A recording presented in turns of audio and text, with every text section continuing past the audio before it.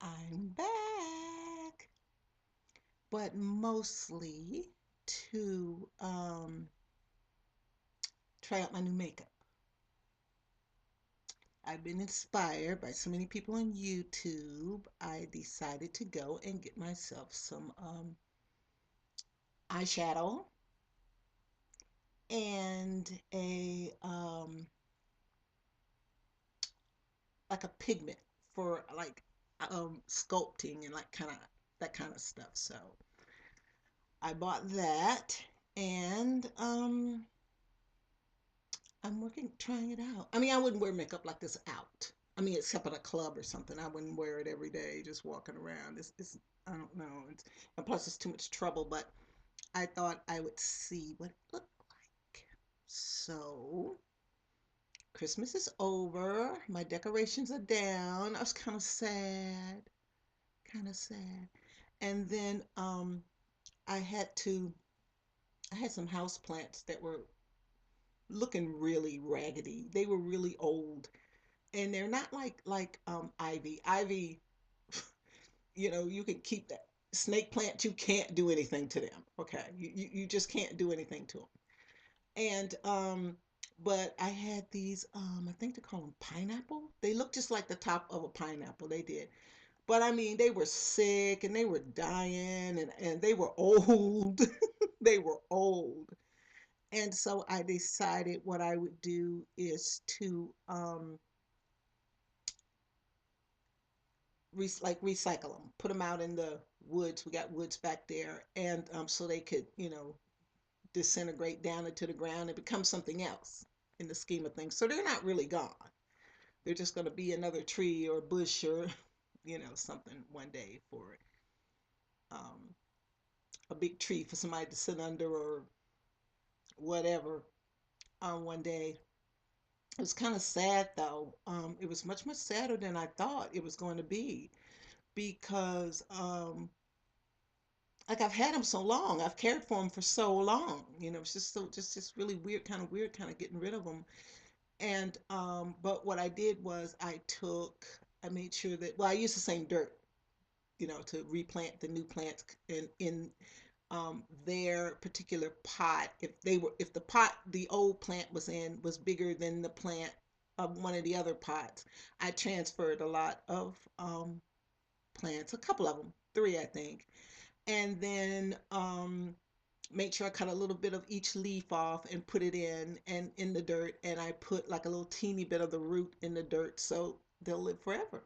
They'll live forever. So I took them way back because I didn't want to walk past it where I put them. But it was very strange. And then I said something on Facebook, and one of my friends said, "Well, yeah, that she still has a plant that her and her husband bought, you know, and that he's been dead a while, and that yeah, of course, it reminds her of him. So she has, she's trying to keep this plant alive, and it's really old, and so I thought, yeah, people understand. People understand. So, like I said, and then this time, when I took the Christmas stuff down, I had to pack it really carefully. And that's something else I did too. I threw away some of that raggedy stuff that I had just been holding on to. Don't ask me. I guess I don't know. I guess everybody's like that about Christmas stuff. Um, you have stuff that you just don't want to give away. I mean, throw away, just hang on to it. And I had this fake um, poinsettia because I couldn't have a real poinsettia because I have cats and they're poison. There's a lot of plants that really aren't good for your animals. So make sure that that's why I don't have any on the floor because he didn't like to chew those pineapple plants. He'd leave them alone. But I know one plant in particular he will chew, and I don't want to put any of them down on the floor, and he chew something, and get sick or something like that. That wouldn't be good. So you have to watch out what kind of plant you have. And if you have kids too. I know for a fact Wandering Jew is poison to cats, I think, but I don't have any of those. But I had this fake poinsettia, and then I had pieces of, I mean, other pieces of decoration like shoved down, like in it, like other gold and silver poinsettias stuck down in there. And I looked at that thing this time when I put it out, and I'm like, you know what? This is your last year. Because what I do, I put that in my hallway. So when you come into the, come into the hallway, when you walk in, that's the first thing you see. And I have just picked and progged at it and picked and progged at it till, that poor thing, that styrofoam stuff in the bottom is all gone. So that left me some room, because usually when I take my wreath down, because I have a huge Christmas wreath, and the garland that goes around the door, all that stuff's fake. I don't have real stuff anymore. I don't have a real tree. You guys saw my tree. Um, because when my son was a little boy, yes, I had real tree. We had real bough and real stuff like that. But now, I just want to represent. I just want to have something for Christmas. I just want to represent. So, what was I talking about? Oh, and the reef. So when I threw away some of that old junk, pieces of wrapping paper, like I, wrap something and have like a teeny little piece left over, and I keep it. Don't ask me why. A bunch of junk. I really don't, you know, um, need, and I threw that away because usually when I put the reef away, the big giant reef, I just put it in a big plastic trash bag and throw it up on the shelf. But this time I'll be moving before, because usually when I took my Christmas decoration down, I threw the tree back in the box and threw it on the shelf, and, just kind of put everything back in the big plastic things that I have and just get rid of it. I mean, just shove it in the closet, the back of the closet. But this time I knew I'd be moving it. So I wanted to make sure the glassware was wrapped very well and all that stuff. And I wanted to be able to put the wreath and the garland and all that stuff like in one of those containers.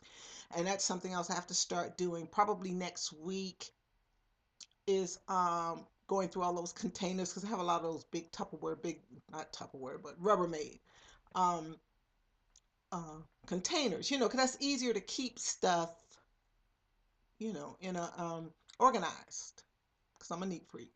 So, I got to start doing that next week.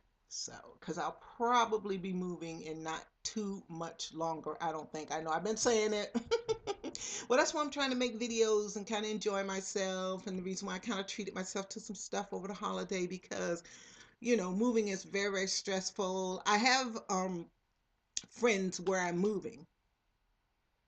Actually, my main girl is down where I'm moving. And that'll be much, much better. That'll be much, much better. So that's had to get rid of some plants, took all the Christmas stuff down, wrapped it really carefully, packed it away really, really carefully.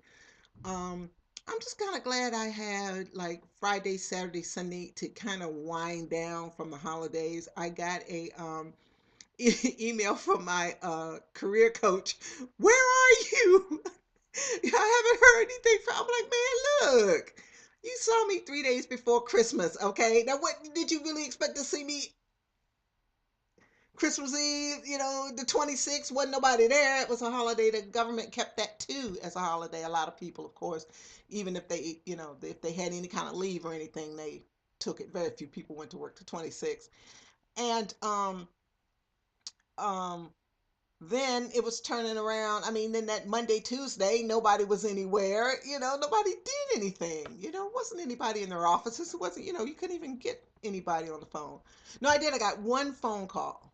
I got one phone call about some legal stuff, some legal matters. But I was like, what are you doing at work? I felt it. What are you doing at work? But you know how lawyers are. And so, and I believe that was New Year's Eve. I just remember being just so shocked, to get a business call during that week. It was just weird. So yeah, and I went and I checked my email yesterday. What was yesterday's? Friday. Yeah, because yesterday was when I took down all the Christmas stuff in the morning and then replanted. I repotted the plants first. Then I took um uh you know I repotted all the plants. Then I took the Christmas stuff down and kind of cleaned, got a little bit, of a clean because I'm not going to do a big cleaning. Usually when I take put my Christmas take my put my Christmas decorations up, or when I take them down, I give the house a real good cleaning. But I'm gonna have to take stuff off shelves and box it up, and I'm gonna give it a really good dusting. Then I think there's no need, So, in a way, I'm kind of excited. In a way, I'm kind of not. I don't know. Well, we'll see. It's always new experiences, and plus, there's little cafes and stuff around there, and that's when I like. You can't really carry on a conversation with someone if in those loud clubs and stuff, you know.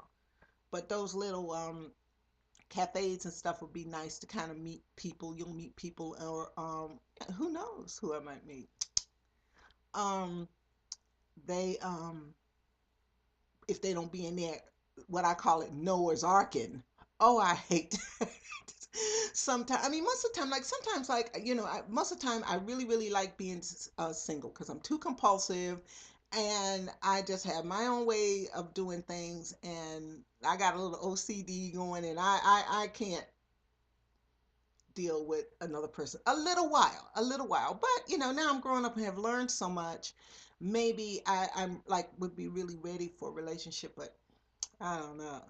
But one of the things that kind of gets to me sometimes is like I'll be somewhere like, oh, speaking of which, I gotta go spend my gift certificate. Nah, to treat myself. But what I do with that thing? I gotta set it somewhere so I remember to use it. Cause I'll stick it somewhere and will never remember it ever. But you go somewhere like that, you go into the cafe, you're going to the Starbucks, or well, not really Starbucks. This kind of people are in there are usually conducting business, or they're talking one on one, or they're meeting or something like that. But you go into there's a lot of little restaurants and stuff like that over here, and it seems like everybody but you is with somebody. It's like, oh my God, and she's ugly, I mean, he's ugly too, but at least they got each other. They're both gross, but at least they got each other. So I just think it's kind of funny sometimes. It just kind of gets on my nerves after a while. And when it looks like everybody is with somebody, you're like, oh my gosh. But you know what? I tell myself that I have no way of knowing, what her life is like when she gets home. And she is probably looking at me thinking, oh, that lady's single. She looks like she's single. Look at her, her face is going. She's so happy, and thinking, oh my gosh, what I wouldn't give to, be free. But and so you don't know. You don't know. So you shouldn't really envy people and all that stuff like that. So I have spent 13 minutes talking about nothing. Oh yeah, because I was talking about the little cafes, and who knows? I might meet somebody and have a chance to carry on the conversation. You never know. Mhm. So what can I talk about? Oh, I don't see anything. Stuff he says to her. Blue paper. Oh, about my Happy New Year's text. I did the same thing I did with my Christmas text. I just like blocked this moment, down to, when I could text everybody, and I just kind of went down my contact list and kind of, text everybody. Got a New Year's email from my son. Yeah, it's kind of really difficult for us to call. He did call me right before Christmas though, but it's really, really hard because of the time difference. The time is very, very different. Like, okay, huh, it's like 6 or 7. Let's see. Wait, I got it on here. Okay, it's Sunday, 8:30 a.m. in Japan right now, and it is 3:38 Pacific time now. So we have to keep that, in mind. especially when I'm calling him. I don't want to call him and the kids, and they wake up, especially when he's babysitting. Because last time I talked to him, we were talking, and his wife was out, so he was babysitting. So, but we got a chance to talk about that. Yeah, and I did the same thing. And I wrote down new planner.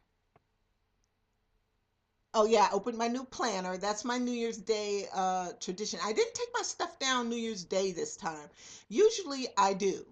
But because Christmas was a Thursday, and there was Friday, Saturday, Sunday, there, it was another like weekend little stretch of weekend in order to enjoy it. So I just left it up till the second. Usually I take it down on New Year's Day, but I took it down on the second. Um, and I always on New Year's I take down my old calendar, put my new ones up, and then open my new planner and write took down Christmas decorations. That's usually the only thing I have to write. But this time, then I had to go grocery shopping because I had like nothing to eat, no food, no food. So while I was moving, I just made myself keep going. I have a lot of energy sometimes. I really do, and I'm really seem like to me people my age walk so slow. They're so frustrating. I mean, I feel like saying you are only 60 years old. Come on, move. But like I said, that's why I try to take pretty decent care of myself. That's the reason right there, because I don't want to be a burden to anybody. And I see people get on the bus, and they're they have the disease of obesity, or either they are leaning on a walker and all that stuff like that. And I'm like, they're my age. This one lady in particular, I mean, I'm gonna be 60, my birthday, and she can't be any more than 2 or 3 years older than me, and she can't stand up. Her back is she's what's that, osteo, I can't say the word, but that stuff, crazy. So I really should be thankful. I really should be, because I mean, it's a lot of people that couldn't, my age, that couldn't have taken down their repotted plants, taken down their Christmas stuff, then went grocery shopping, and then I turned around and went online. I know I didn't make any videos, but I turned around and went online, um, just to see what was going on. Because I don't think I went on New Year's Day. I'm trying to think. I don't think so. Probably just hung around. And then I put down um I don't want to talk about that because that's about the new book. So we don't have time to talk about that. And blue paperclip. That is just some of the weird what I was thinking about, that scene in Misery when the writer gets through with the book and he knows she's going to kill him when he gets through with the book. He knows she's going to kill him when he gets um done, finished writing the book. And he has this ceremony. He quit smoking, but he smokes a cigarette, and it's something else he does, you know, that so she has to get him a lighter and get him a cigarette. Remember, she's hobbled him so he can't walk. She's held him all this time. Nobody knows, that he's there, and he's been typing this book for this crazy woman that's gonna kill him as soon as he gets through. But she might kill him if she don't like it. So, he's typing. And I thought about that scene because, okay, the scene is really cool because that's the only way he can get out of there is with the if he sets the manuscript on fire, because he knows that'll mess her up for a minute, and he got a chance to save his life and get out of there. And I was thinking about the little I don't know, little ceremonies that writers have. I didn't have, when I finished the book this time, I just cried. So I don't know what I'll do next time. I guess I'll do the same thing, cry. But I used to have this blue paper clip. And when I printed pages out to look at them, I would put the same blue paper clip on them.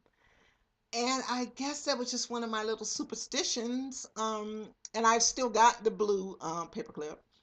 And it was the same one. It was so crazy. I don't know why I did that, but for some reason I guess it just triggered. And I can't use an ink pen to edit. I have to use pencil to edit.